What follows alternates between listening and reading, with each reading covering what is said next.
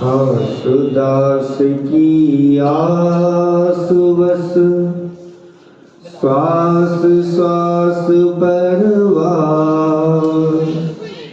पाश करो मत दास को उदासता का दान।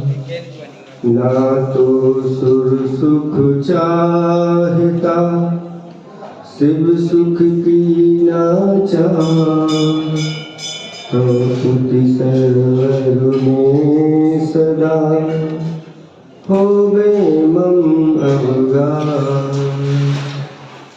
देवादि देव 1008 चैतन्य चमत्कारी चिंतामणि मूलक पार्श्वनाथ भगवान की।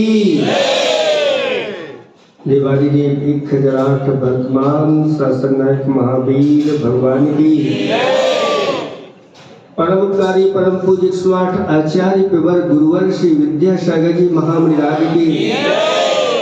नवाचार्य समय सागर जी महामुनिराज की। 3 कम 9 करोड़ मुनिराजों की।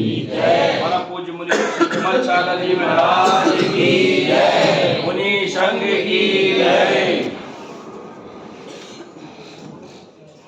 धर्म स्नेही बाबा को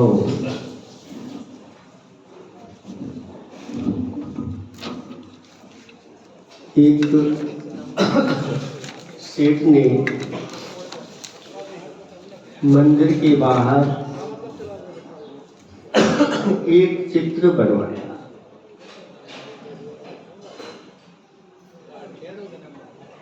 वह चित्र जिसका मुख बालों से ढका हुआ था और उसके पैरों में पंख लगे हुए थे।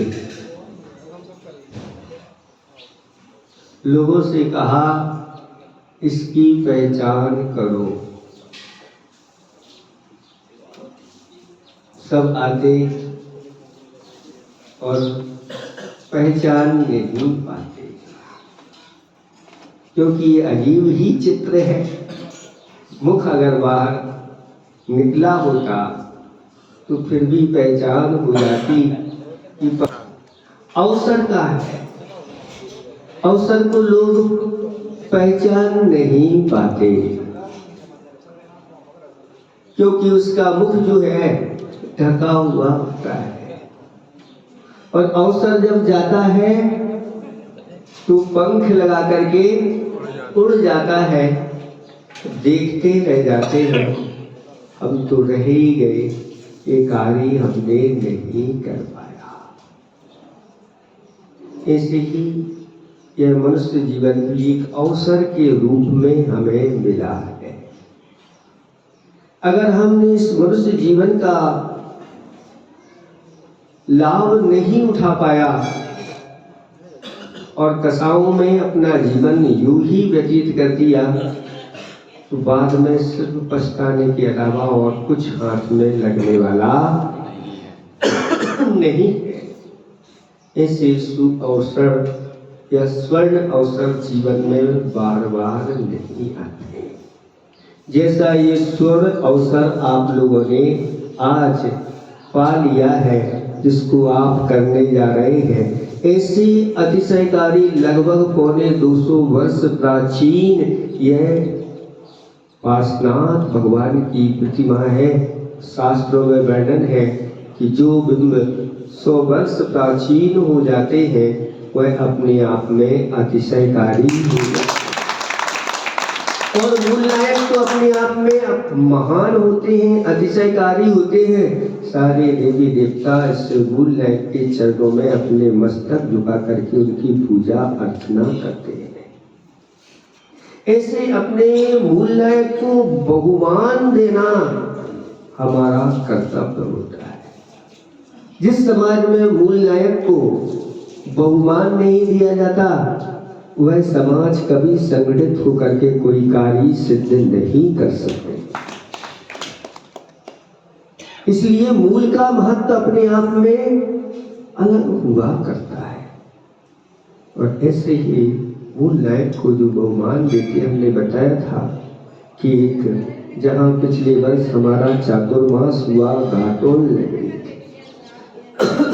वहाँ की समाज की भी स्थिति पहले ऐसी ही थी, लेकिन जब उन्होंने पूजा और अभिषेक का महत्व समझा और अपने मूल नायक को बहुमान दिया, आज ऐसी भीड़ लगती है कि लोगों को मना करना पड़ता है, भैया मूल नायक को छोड़ते नहीं। और जब से उनका अभिषेक पूजन ऐसे हुआ, तब से उनका मूल नायक का जो गर्भालय है पूरा रजतमय हो गया। रजत के साथ साथ उस गर्भालय को अकेली बेटी नहीं, पूरे गर्भालय को स्वर्णमय बना दिया। और क्या कमी, कोई कमी ना रह जाए, 9 रत्न लगा करके और फिर रजत और स्वर्णमय कमलासन बना करके फिर उन्होंने अपने आराध्य को बड़े पंच कल्याणक के साथ 72 गांव को बुला करके और उनको उच्चासन दिया। ये है मूल नायक की महिमा। इसलिए मूल नायक को जितना आप आनंद के साथ उत्साह के साथ महत्व दोगे, अभी तक इस समाज में मूल नायक को महत्व नहीं दिया। उनकी आराधना करने वाले कितने रहते हैं, 2-4 लोग सुबह से आए और पूजा पाठ करके चले जाते हैं। लेकिन आज आप लोगों की जागृति हो गई है। कहते हैं कि मूल नायक की आराधना उत्तम से उत्तम वस्तु चढ़ा करके उनकी अभिषेक आदि में भी उत्तम वस्तु का प्रयोग करना चाहिए। पहले लोग स्वर्ण के झाड़ियों से, स्वर्ण के कलशों से, रत्नमयी कलशों से भगवान का अभिषेक पूजन आराधना करते थे, तो उनके घर में भी खाने पीने के बर्तन सोने के हुआ करते थे। आज कितने लोगों के यहाँ सोने के बर्तन है खाने पीने के लिए? है कातियां किसी के? कहते हैं जैसी भावना करो वैसे ही फल मिलता है। धीरे धीरे हमारा लोभ बढ़ता गया, कंजूसपना आता गया, स्वर्ण के बर्तन समाप्त हो गए, भगवान के अभिषेक पूजा आदि रजत के बर्तनों में करने लगे, तो उनके यहाँ के बर्तन भी सोने के समाप्त हो गए, तो घर में चांदी के बर्तनों से उनके यहाँ भोजन पान होता था। जल आदि भरने की वस्तुएं भी चांदी की हुई थी, लेकिन धीरे धीरे लोभ बढ़ा और हमारे आराध्य देव को अब चांदी से ना करके लोग कांसे के और तांबे के और पीतल के बर्तनों से करने लगे। तो फिर आपके चौके में भी चांदी गोल हो गई और कांसा तांबा पीतल। फिर धीरे धीरे और लोग बड़ा समाज के मुखियों के लिए मंदिर की व्यवस्था सौंप दी गई। उन्होंने कहा भैया ये बर्तन हटाओ, अब तो स्टील के लाओ। और स्टील के बर्तनों से, स्टील के कलशों से भगवान का अभिषेक पूजन आदि होने लगा। और जैसे ही स्टील आया तो आपके चौके में भी क्या हुआ? स्टील ही आ गया। फिर धीरे धीरे देखने लगे कि मंदिर के लिए, पूजन के लिए जब आते हैं दर्शन के लिए, तो द्रव्य काय में लेके आने लगे, प्लास्टिक की डिब्बियों में लोग लेके आने लगे। और जैसे ही प्लास्टिक की डिब्बियों में लेकर के आए तो आपके चौके में भी प्लास्टिक। ये सब भावनाओं का ही कर्म हुआ करता है। अपने आराध्य के लिए आप जैसा करोगे वैसे ही स्थिति आपकी होती चली जाए। जब ऐसी स्थिति बनी तो फिर गुरुओं ने उपदेश देना प्रारंभ किया और धीरे धीरे प्लास्टिक को हटाया, फिर स्टील को हटाया, क्योंकि स्टील लोहा है और लोहा तो भगवान की पूजा आदि के लिए बहुत जघन्य वस्तु मानी जाती है। ऐसी जघन्य वस्तु से जब भगवान की पूजा अभिषेक आदि करोगे तो आप भी जघन्यता को प्राप्त होगे, उच्चता को प्राप्त होगे। धीरे धीरे स्टील को बंद कराया तो पीतल, और पीतल से फिर तावा, और तावा से चांदी आ गई। लेकिन अब चांदी तक लोग नहीं रहे। अब जिनेंद्र भगवान के लिए उन लोगों ने अभिषेक के लिए, शांति धारा के लिए स्वर्ण कलश और स्वर्ण झाड़ियों की व्यवस्था करके अब उनकी पूजा आराधना करते हैं और आज वह संपन्नता को प्राप्त है। कोई घर में उनकी कमी नहीं है। जितना दान देते हैं खुल करके उतना ही उनके यहाँ बढ़ता चला जाता है। अब हमें भी अपने आराध्य को ऐसे ही, आपके यहाँ है एक आध कोई स्वर्ण कलश जो अपने मूल नायक को अभिषेक किया जाए? नहीं, छोटी है। अब आपसे हम पूछ सकते हैं कि ऐसा कोई घर है जिसके घर में सोना ना हो? एक आध कोई घर बता दे जिसके यहाँ बिल्कुल भी 1 ग्राम भी सोना ना हो। अपने घरों में तो आपने अपने लिए उत्तम वस्तु रख करके रखे, पहनने के लिए रखे, और कई लोग तो हमारे पूर्वज चले गए और सब सोना यहीं पर पड़ा है। कहा है कि अगर सोना गिर जाए तो वह अशुभ होता है, खो जाए सोना तो अब, और कहीं गिरा हुआ पड़ा हुआ सोना मिल जाए तो वो भी अशुभ होता है, उठा करके अपने घर में नहीं रखना। लेकिन अगर श्री जी के लिए सोना लग जाए तो फिर कहना ही क्या, उसका सोना सोना हो जाता है, उसका सोना पारस बन जाता है।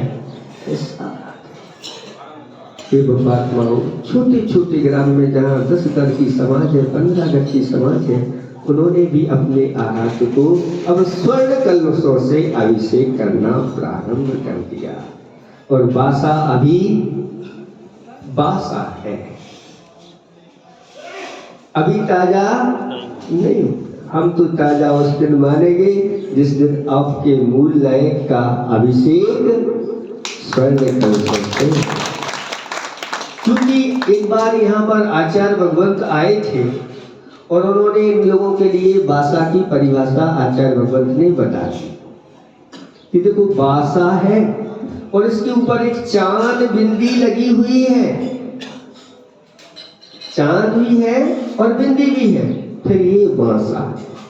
आचार्य भगवंत ने व्याख्या की, बहुत अच्छी व्याख्या की कि वह चांद और बिंदु सिद्धों का प्रतीक है। किसका प्रतीक है? सिद्धों का प्रतीक है। और बासा का अर्थ होता है जहां सिद्ध परमेष्ठी वास करते हैं, उसका नाम बासा। जब ऐसी व्याख्या की गई तो बासा के लोग सब सिद्ध परमेष्ठी बन गए। कैसे बन गए? सिद्ध परमेष्ठी बन गए। सिद्ध परमेष्ठी कैसे होते हैं? बोलो। आप लोगों ने द्रव्य संग्रह पढ़ा है? नहीं पढ़ा? उसमें सिद्ध परमेष्ठी का लक्षण आया है, निकम्मा 8 गुणा वही न रूपे और छाया चाहते निकम्मे से हो।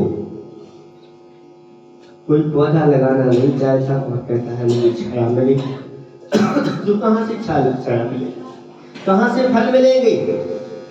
हमारे पूर्वज पहले पौधे लगाते थे, क्योंकि जैसे जो भावना करता है उसके अनुसार ही उसका फल प्राप्त होता चला। 4 प्रकार का अभिषेक होता है। पहला अभिषेक कौन सा कहलाता है? जन्माभिषेक जो तीर्थंकर बालक का किया जाता है। स्वधर्मेंद्र जब बालक को मेरु पर्वत पर पांडुप शिला के ऊपर विराजमान करते हैं, तब वह कौन से कलशों से करते हैं?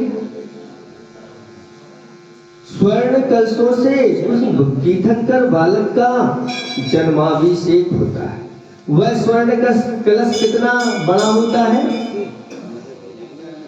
2 योजन गहराई वाले, 4 योजन और 1 योजन का मुख होता है, यानी 96 किलोमीटर की गहराई और 48 किलोमीटर की चौड़ाई और 12 किलोमीटर का जिसका मुख होता है। 1 योजन में 4 कोस होते हैं, 8 मील होते हैं और 12 किलोमीटर होते हैं।